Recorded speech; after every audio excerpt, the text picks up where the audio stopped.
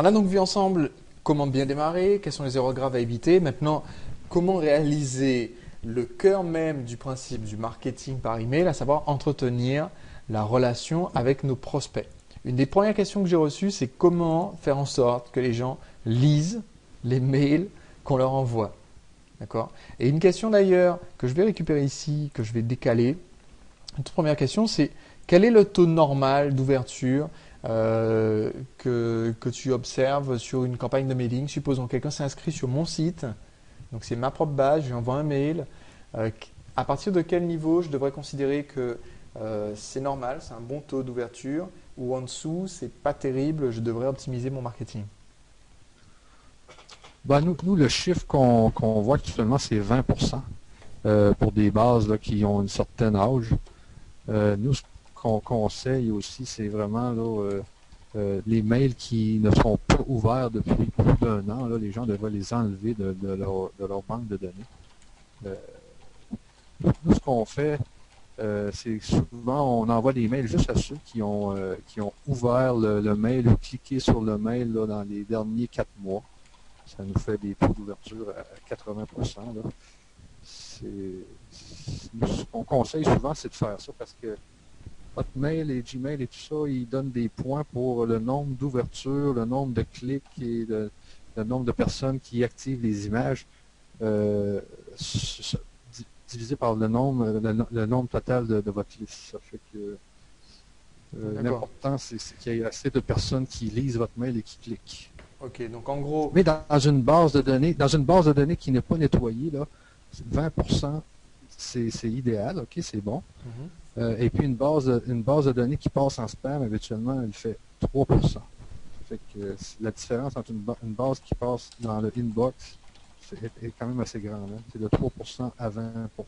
Ok, en gros, ça veut dire que si on envoie des mails complètement au hasard, sur des adresses au hasard, il y a 3% de gens qui vont ouvrir le mail. Donc si sur votre propre base, vous faites 4% d'ouverture, ça veut dire qu'il y a un truc catastrophique à régler en urgence. C'est ça l'idée. Oui, Euh, ça veut dire que c'est ça. Ça veut dire qu'il y a ça veut dire que vous passez en spam ou qu'il y a vraiment beaucoup d'emails dans votre liste des gens qui ne consultent plus leur mail. d'accord.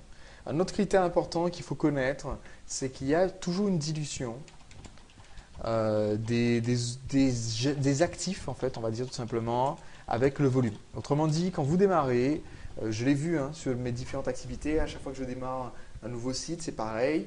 On démarre un nouveau site, on est tout content, on a une newsletter, il y a 100 personnes, à chaque fois qu'on envoie un mail. Moi, j'ai une newsletter où quand j'envoie un mail, j'ai 109 abonnés, je crois, quelque chose comme ça. J'ai 130 ouvertures, c'est-à-dire que ils sont pas très nombreux, ils sont très actifs, ils font suivre les mails autour d'eux, donc waouh, ça fait un carton en termes d'ouverture. Je sais très bien que quand cette base va passer de 100 à 1000, au lieu d'être à 130% d'ouverture, je vais tomber à 60% si je suis très très bon. À 2000, je vais tomber à 30-40%. Et puis au-delà Oui, d'un certain volume et d'un certain âge aussi de la base, voilà. Moi, ce que j'ai vu, c'est une moyenne sur les grosses bases quand ça fait plus d'un an, plus de 2 ans que la liste existe et qu'on lui écrit régulièrement. Pas, on a des adresses, on ne leur écrit jamais. Mais donc, quand on envoie des mails régulièrement et que la liste existe et dépasse quelques dizaines de milliers d'adresses, voilà, c'est entre 17 et 20% le taux d'ouverture. Je connais une seule personne qui fasse plus de 25% de taux d'ouverture sur une base qui a plus de 2 ans. Donc, euh, oui, Michel, tu as dit quelque mais, chose? mais j'ai un de mes clients qui a 300 000 mails environ. Il y a 270 000 mails et puis habituellement, il y a 45 000 ouvertures à chaque mailing. Puis il fait 3 mailings par semaine. Mais une fois, il a écrit «Ceci est mon dernier message». Mais il y a 80 000 personnes qui ont ouvert son mailing. Le double, presque le double. C'est juste pour te dire que les gens regardent quand même, mais les gens n'ouvrent pas le mail ou n'activent pas les images. Mais il y a quand même des... Quand vous envoyez un mail et qu'il y a 20% d'ouverture, dites-vous qu'il y en a d'autres qui voient votre mail. Ça, c'est vraiment, je l'avais vu avec cet événement-là. Là. Il avait quasiment doublé juste avec son titre. D'accord. C'est un concept essentiel justement, c'est qu'au bout d'un moment, c'est ce que j'appelle la durée de demi-vie du prospect. C'est un terme qui ont utilisé en sciences physiques aussi par rapport à la radioactivité ou ou des choses comme ça. Au bout d'un certain temps, les prospects refroidissent, c'est-à-dire qu'ils arrêtent ils arrêtent de cliquer, mais ils jettent un œil à ce qu'il y a dans le mail. Un peu plus tard, ils arrêtent d'ouvrir le mail, mais ils jettent un œil au titre du mail. Et c'est quand même des prospects qui sont là, qui jettent un œil, qui restent au courant de ce que vous faites, mais qui ne sont pas super motivés. C'est aussi une des raisons pour lesquelles, quand quelqu'un vient de rejoindre votre mailing list, c'est vraiment là qu'il faut battre le fer pendant qu'il est chaud, parce que sinon, vous allez perdre ses prospects, ils sont motivés. Un exemple tout simple. J'ai une mailing list, c'est comment faire des rencontres et trouver l'âme sœur. Quelqu'un qui s'inscrit sur la mailing list en février, par exemple, en mars, il y a un certain pourcentage qui a rencontré quelqu'un. En avril, il y a un pourcentage encore plus grand. En mai, encore plus. Bon voilà, au bout d'un an, sur cette base-là, j'ai un pourcentage de gens qui ont rencontré quelqu'un, sont en couple, il y en a qui ont des bébés, il y en a qui sont mariés, il y en a qui ont décidé que finalement les femmes ça les intéresse plus, il y en a qui sont dans le boulot. Et donc au bout d'un moment, les gens se lassent un petit peu.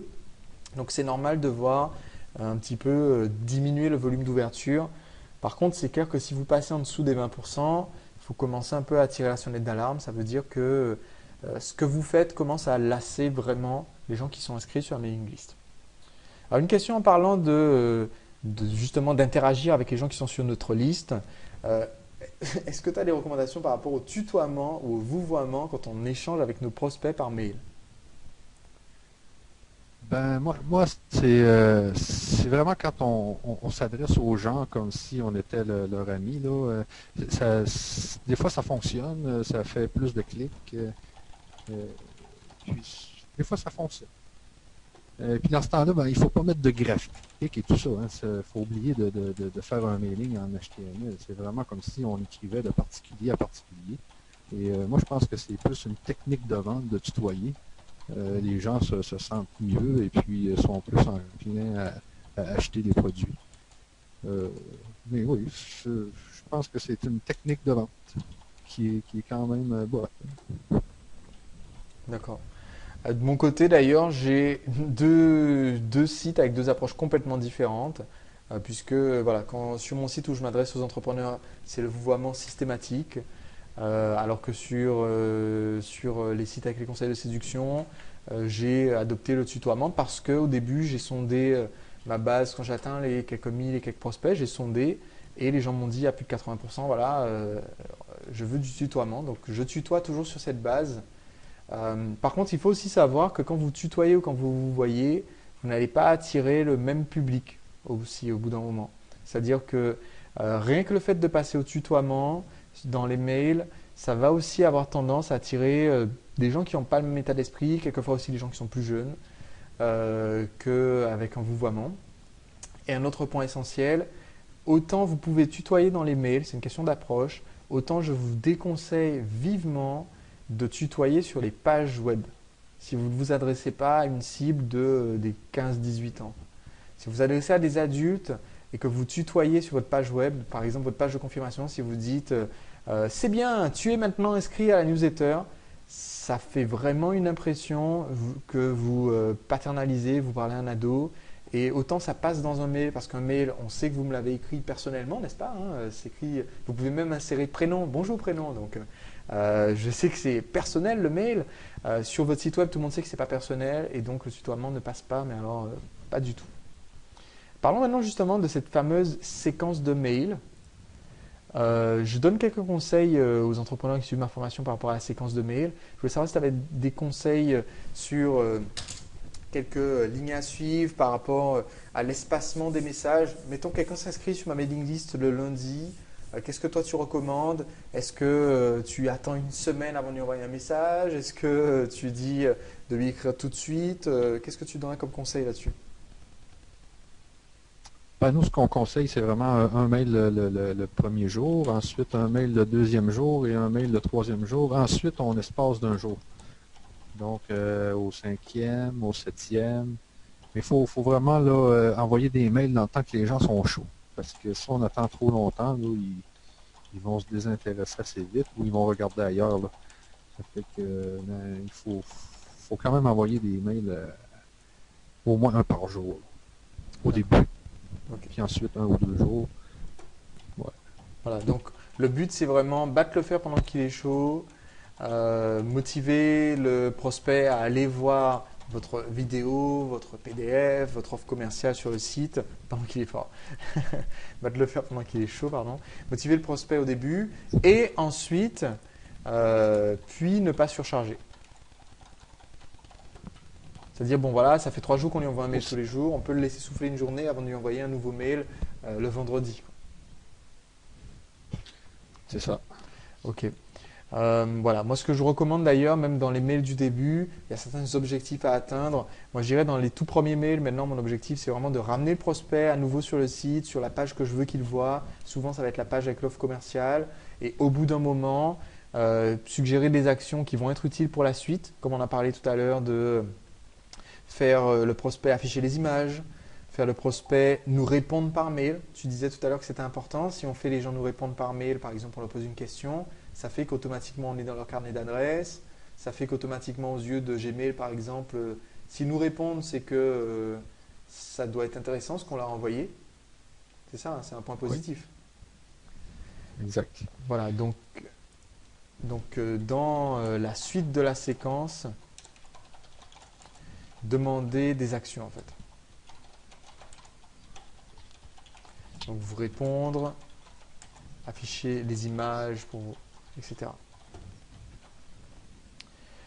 Alors on a parlé des désabonnements à l'instant. Comment tu évites que les gens en aient marre et se désabonnent? C'est-à-dire j'envoie des mails, j'envoie une publicité, une newsletter. Qu'est-ce qui selon toi quels sont les plus gros facteurs de désabonnement? Les gens ne se disent pas c'est un spam, ils se disent juste j'en ai marre. Qu'est-ce qui peut causer ça? Ben, c'est la fréquence, parce que moi j'ai des listes qui sont généralistes. Ça fait que des fois j'envoie une opportunité, des fois j'envoie des mails qui ont rapport avec le cashback, avec disons la redoute, 3 Suisses, etc.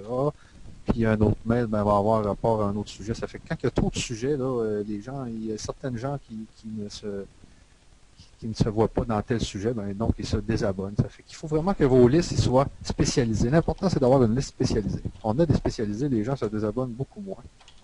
Et puis, c'est sûr qu'il ne faut pas envoyer plus que 3 mails par semaine, parce que plus que 3 mails par semaine, là, les gens, ça les écœure vraiment. Au début, vous pouvez en envoyer plus que 3 mails par semaine, mais à la longue, là, ne dépassez jamais le 3 mails par semaine. Moi, c'est le conseil que j'ai à donner. Ok. Ne pas dépasser 3 mails par semaine. Je suis d'accord avec cette recommandation. Et aussi avec la recommandation de toujours rester ciblé sur le sujet pour lequel le prospect s'est inscrit. Vous envoyez des mails, vous devez savoir pourquoi on vous a donné une adresse mail. Donc même quand vous allez toucher quelque chose qui est un peu en tangente avec ce que vous traitez, vous avez une base de personnes qui ont des rhumatismes et aujourd'hui vous envoyez un mail parce que votre site va aussi avoir une section psychologie pour les seniors. Donc voilà, il y a beaucoup de prospects qui sont communs, mais voilà, il faut quand même qu'il y ait un lien direct dans votre mail, qu'il y ait un lien avec la raison pour laquelle je me suis inscrit. Donc vous le mentionniez, qu'on comprenne le rapport en fait. Si à aucun moment dans votre message, dans votre promotion, on comprend le rapport entre la raison pour laquelle j'ai mis mon mail sur votre page, recevoir une vidéo pour contre les rhumatismes, et la raison pour laquelle vous me contactez aujourd'hui, psychologie pour les seniors, rien à voir. Là, c'est comme ça que vous allez vous retrouver avec beaucoup de gens qui vont cliquer des abonnements en disant mais qu'est-ce qui se passe pour qu'on nous bombarde avec du n'importe quoi. Alors, supposons que justement sur ma mailing list, je commence à envoyer, j'ai un certain volume, j'imagine que c'est ton cas aussi, tu dois déjà avoir un volume de personnes qui répondent par mail, même quand tu ne poses pas une question. Michel, tu envoies une newsletter à 1 500 000 personnes, il y a forcément des gens qui prennent le temps de cliquer répondre et qui donnent leur avis, posent des questions, racontent. Mon secteur, ça m'arrive souvent, racontent leur vie. Qu'est-ce que tu fais avec les réponses des prospects? Comment tu gères ça? Ben, nous, on répond habituellement, puis il n'y en a pas des milliers. Hein. Je te dirais, sur un mailing de 200 000 personnes, on a peut-être 15 questions. Donc, on prend le temps d'y répondre. Nous, vraiment, c'est ce qu'on fait. Il faut répondre aux gens, sinon, le prochain coup, ils vont se désabonner. Le mieux, c'est de répondre. Souvent, ben, tu peux faire des ventes aussi quand tu réponds aux gens. Même, là, ça te fait faire des ventes supplémentaires. D'accord. C'est vrai aussi que c'est chaque contact avec le prospect, comme je dis dans cette vidéo client, c'est une occasion de vente. C'est vrai que c'est aussi un point qui est très très important. Et justement, quand justement, moi, ce que je recommande, de mon côté, à cause des volumes, je ne sais pas pourquoi, mais surtout sur ma newsletter séduction, par contre, moi, sur 100 000 prospects, j'ai pas 15 personnes qui m'envoient des mails, hein. J'en ai 80, 100 minimum si mon mail est très court et ne porte pas à question. Et je pense que c'est quand même essentiel effectivement que chaque personne reçoive une réponse, mais c'est vrai que moi je ne peux pas les traiter. Donc l'approche que j'ai adoptée au début, c'est d'avoir déjà une réponse automatique qui répond au maximum aux questions qui reviennent fréquemment. Vous allez les connaître au bout d'un moment. Si vous répondez vous-même aux mails, vous allez voir que les gens posent souvent les mêmes questions. Chez moi, j'ai est-ce que c'est possible d'être coaché gratuitement? Est-ce que vous organisez encore des séminaires? Il y a cette fille que j'ai rencontrée, qui est formidable, que j'ai rencontrée au boulot, qui est vraiment exceptionnelle, qui est complètement différente de toutes les autres filles. C'est un cas vraiment super particulier. Que faire? Donc voilà, j'ai une foire aux questions dans mon mail automatique qui répond à ça. Et du coup, ça me permettait de répondre uniquement aux questions qui sortaient un peu de l'ordinaire. Aujourd'hui, mon système, c'est d'avoir quelqu'un qui s'occupe de répondre. Donc voilà, on peut embaucher. C'est pas facile hein, de trouver quelqu'un quand on embauche, mais au bout d'un moment, on peut embaucher, trouver quelqu'un qui s'assure que chaque personne reçoive une réponse. C'est vrai que c'est un point qui est important. Donc, ce qu'il ne faut pas faire, et je pense que Michel sera d'accord avec moi, à ne pas faire, écrire aux gens avec une adresse do not reply.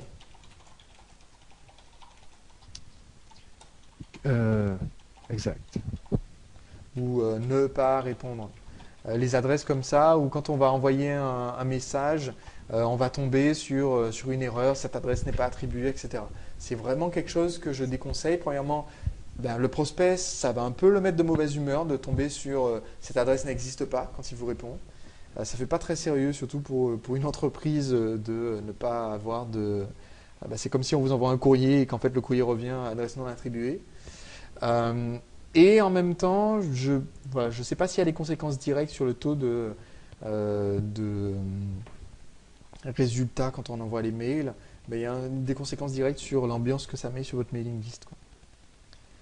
Au niveau des abonnements, je me posais justement la question, on en avait parlé Michel, de est-ce qu'on envoie un mail au prospect? Est-ce que tu peux récapituler rapidement? Est-ce qu'on envoie un mail à un prospect qui clique pour se désabonner pour lui dire c'est bon, vous êtes désabonné? Ouais, ben c'est ça. Nous, on l'a pas testé, mais on veut le tester, ça. OK? Donc, moi, je pourrais juste vous donner des conseils là-dessus plus tard parce qu'il faut vraiment voir si les gens s'énervent. Puis, si ils veulent tout démolir après. C'est vraiment le test qu'on veut faire. Là, parce que quand une personne se désabonne, la dernière affaire qu'elle veut avoir, c'est un mail de vous. Hein. Et puis, si elle vient de se désabonner et qu'elle reçoit automatiquement un mail après, je ne sais pas qu'est-ce que ça peut faire. Je ne l'ai pas testé encore. Là. Ouais. Donc je dirais que même dans ce mail-là, il faut éviter de renvoyer un mail de promo du genre bonjour, vous êtes bien désabonné, vous pouvez maintenant cliquer ici pour bénéficier de notre offre de réduction spéciale ou quelque chose comme ça, quoi. C'est vrai Oui, que ça, là c'est l'occasion où justement on risque d'énerver encore davantage. Donc il faut effectivement, c'est un peu marcher sur les œufs si on envoie un message de confirmation. Parce que les gens qui viennent de se désabonner, ils ont dû faire un effort pour se désabonner. Hein? Puis ensuite, si vous renvoyez un mail, je ne sais pas quelle réaction que ça peut faire. Là. C'est pour ça que nous, on veut le tester. Ok. Maintenant, parlons de nos abonnés pour rendre nos campagnes efficaces. D'ailleurs, je vais parler de ce point-là tout à l'heure. Alors, comment parler à chaque personne? Quelques conseils. Je m'adresse à une mailing list qui a, mettons, au départ, 200, 250 personnes. Qu'est-ce que tu recommandes pour s'adresser au prospect qui ait vraiment ce sentiment qu'on lui parle à lui et pas à 100 000 abonnés qui n'ont rien à voir avec son cas? Ben, quand tu dis qu'est-ce que je recommande, moi je recommande d'y aller comme si c'était un copain, là. Je pense que c'est ce qui est le plus vendable. C'est ce qui va faire le plus de ventes. Est-ce que tu personnalises tes mails en insérant le prénom, des choses comme ça? Oui, nous, on met toujours le prénom, on met aussi le pseudo de nos membres. Euh, des fois, on peut mettre la date d'anniversaire, on peut mettre toutes sortes de choses, là. D'accord, donc des choses comme bonjour, prénom, et ensuite Ouais. commencer la newsletter. Mais le prénom, je pense que c'est important. Hein. Le prénom, c'est ce qui fait en sorte que la personne s'aperçoit que vous êtes vraiment dans votre liste et puis c'est plus personnalisé. Puis je pense que ça fait beaucoup plus de ventes, le prénom. Mais il y a quand même une affaire dans le prénom, c'est que des fois le prénom Mhm. peut être un mot-clé interdit. J'ai déjà vu ça, moi, dans certains mailings, là. Donc, on met prénom dans le titre, et puis il y a certains mails qui ne passaient pas parce que le prénom avait des mots interdits. Donc, mais je pense que le fait de mettre le prénom, c'est beaucoup mieux que de ne pas le mettre. Le mettre dans le titre, je ne sais pas, mais dans le corps du email, sans problème. Ok, donc dans le titre, pas toujours conseillé, parce que, je vais prendre un Mais, exemple tout simple, parce que quelqu'un peut mettre, en s'inscrivant sur ma mailing list, que son prénom c'est Viagra, gratuit, pas cher, médicament, etc. Et que du coup, quand j'envoie mon mail, je vais me retrouver avec un mail que j'ai envoyé qui a comme titre Viagra, gratuit, pas cher. C'est ça, je vais vraiment ouais, caricaturer, mais c'est un peu ce qui risque d'arriver. ouais, mais quand même, je sais une chose, c'est que si on met le prénom dans le titre, Mhm. il y a beaucoup plus d'ouverture aussi. Ça fait que c'est à voir. Hein. D'accord. Mais on évite, mais on l'essaye, on teste. Ok. Euh, je pourrais te préciser aussi, c'est vraiment les taux d'ouverture si c'est pas fait trop souvent. Il y a des gens qui envoient des mails avec vraiment le prénom dans le titre, mais pour le plaisir de mettre le prénom dans le titre, et ça fait quelquefois des titres très bizarres que personne n'aurait jamais vraiment écrit. Moi, personne ne m'envoie un mail, j'ai aucun collègue qui m'envoie un mail, aucun ami qui m'envoie un mail avec des titres du genre, qui m'envoie vraiment à moi un mail avec un titre du genre Sébastien, la nouvelle vidéo d'Olivier. Ça ne veut rien dire. Donc il faut faire attention quand même quand vous utilisez les prénoms, est-ce que ça a un sens, que vous imaginiez vraiment le prénom. Je vous donne un exemple. J'ai des exemples un titre de mail avec une personnalisation. Moi, c'est quelque chose que j'ai utilisé à une époque où j'organisais des sessions de rencontres avec mes clients. J'ai mis cette personnalisation, j'ai fait, je passe peut-être à Ville bientôt. Donc du coup, les gens ont reçu selon leur ville. Je passe peut-être à Châteaubriand bientôt, je passe peut-être à Montréal bientôt. Et ça m'a fait un très très gros taux d'ouverture. Mais ça sert à rien de mettre ville, une nouvelle vidéo. Aucun sens. Et donc le prospect, pour lui, ça fait un mail avec un titre bizarre. Et là, vous courez des risques. Je recommande aussi d'utiliser la segmentation. Tu disais tout à l'heure qu'on peut faire justement des segments avec ces listes sur Prometheus. Est-ce que je peux par exemple envoyer Oui. un mail imaginons, je peux envoyer un mail à toutes les personnes qui sont sur ma mailing list euh, séduction et qui ont dit je suis un homme. Et donc je peux dans ce mail dire puisque vous êtes un homme moderne, je peux envoyer ensuite un mail à tous ceux qui ont dit je ne suis pas un homme, je suis une femme, et dire en tant que femme, vous avez des besoins tout à fait spécifiques. Ça, c'est le genre de choses que permet ton système, Michel? Oui, exactement. Donc, tu peux envoyer sur le texte, tu peux envoyer sur les dates, tu peux envoyer sur tous les éléments que tu peux prendre dans ta banque de données. Mhm. Mais c'est vraiment bon, ça, que tu peux s'envoyer juste aux hommes. C'est parce que les hommes, il y a certains produits que les hommes aiment plus que les femmes, là. Fait que c'est bon de pouvoir segmenter. Puis aussi, nous, on peut segmenter sur les gens qui ont ouvert votre mail depuis tant de jours. D'accord. Ça, quand vous faites un mail sur les gens qui ont ouvert depuis disons, les 3 derniers mois, vous avez beaucoup plus d'ouverture, puis votre mail passe beaucoup mieux dans Hotmail et tout ça. Mhm. D'accord. Euh, alors attends, je vais noter ça aussi. Donc en fait, l'idée c'est de pouvoir segmenter aussi par leurs actions.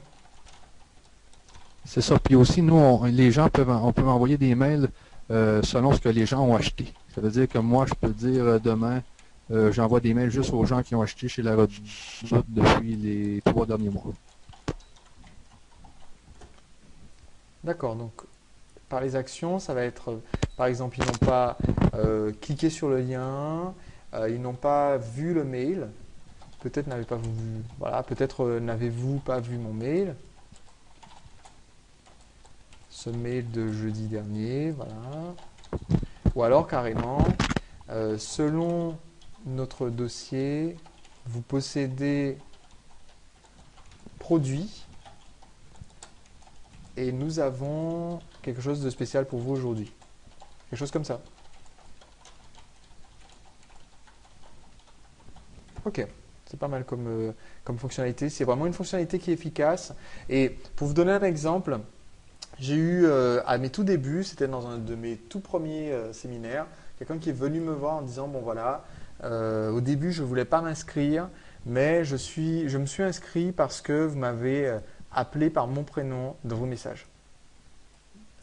Et j'ai dit, waouh, c'est vraiment impressionnant. Je n'ai pas dit à cette personne que j'ai appris par son prénom en tapant bonjour prénom dans mon logiciel.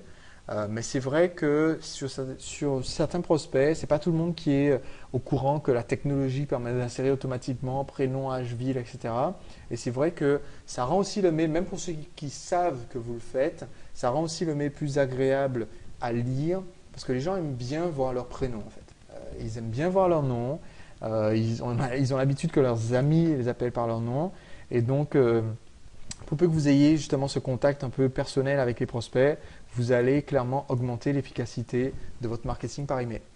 Donc maintenant qu'on a parlé de la relation avec les prospects, il va être temps de parler de la clé de voûte de l'ensemble, du point essentiel. Comment faire pour faire des ventes grâce à notre marketing par email? C'est ce qu'on va voir maintenant.